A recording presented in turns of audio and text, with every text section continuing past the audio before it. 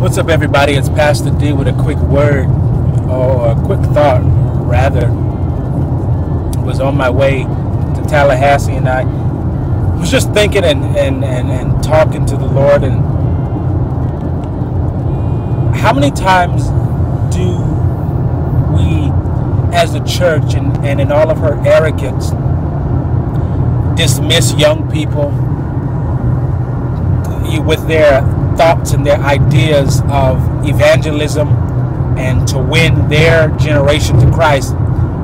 What happens is the church says, well, that's not the way we've done it before, or it's always been done this way. No, that's ungodly. Before they even heard the entire thought, no, we're not going to do that. And what happens is there's so many young people that God has anointed and gifted and placed his hand on. And what happens is their gifts begin to be stifled because the church is so stuck on their own tradition. In the book of Mark, it talks about how we've left, it says how you've left the commands and the laws of God, and you've submitted to your own traditions. And so what happens is the young people know how to effectively evangelize and talk to their generation and what moves their generation to a point where there needs to be some radical, unextraordinary, some unordinary, some out of the box thinking in order to even get them into church or even to talk to them about Christ. And don't get me wrong, I'm not, the Bible still saves. The preaching of the gospel still saves, but the vehicle in which we get it out has to change because the times have changed. It's so crazy how behind the times the church is. And no, before you think I'm saying that we've got to conform to the world, that's not what I'm saying. Because of course I understand, and we all understand the scripture that says, be not conformed to this world, but be ye transformed by the renewing of your mind. The other day we talked about rejoicing. We talked about that root word re. And so when we look at that scripture, be not conformed. Of course we're in the world, but we're not of the world. So don't become the world, but be ye transformed. When we look up that word transform, we understand that it's the past tense of transform.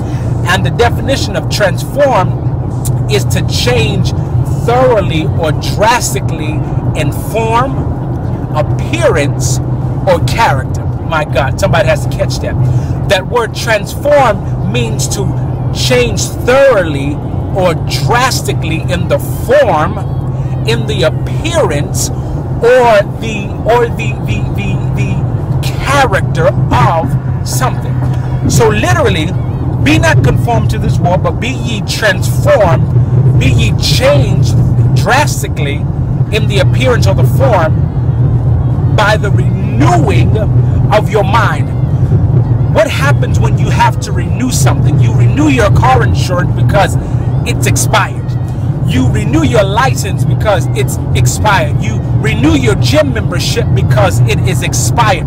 So what happens is sometimes the things that we've used in the past has expired and we have to renew it. And so in order to renew something, my God, it has got to expire. So literally, I take that scripture and look at it and say, be not conformed to this world, of course, but be ye transformed. Make a drastic change in something. So in order to transform, you have to make a drastic change. So make a drastic change by the renewing, meaning you've got to renew. You've got to renew by the renewing of your mind. And so how can we renew our mind if we don't renew anything else? Jesus. So pastor, apostle, preacher, if your young people come to you with an idea, with a suggestion, I submit to you, don't disregard them. Don't put them off. Don't sit them down. Don't tell them it's ungodly. listen to them.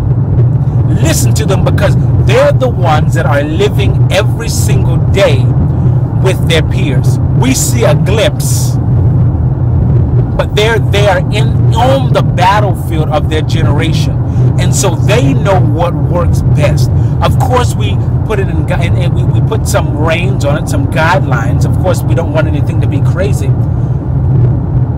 but we have to be transformed. We have to drastically change in our appearance, or in our form, or in our character, by the renewing. So we have to renew some things. We've got to take a look at how we do some things in church. How do we do church? We've got to renew it, because the old way has expired. I'm sorry to let you know. The old way has expired, and so now we have to learn to listen to our young people. Hey, it's Pastor D, just sharing my heart. I love you all. God bless you.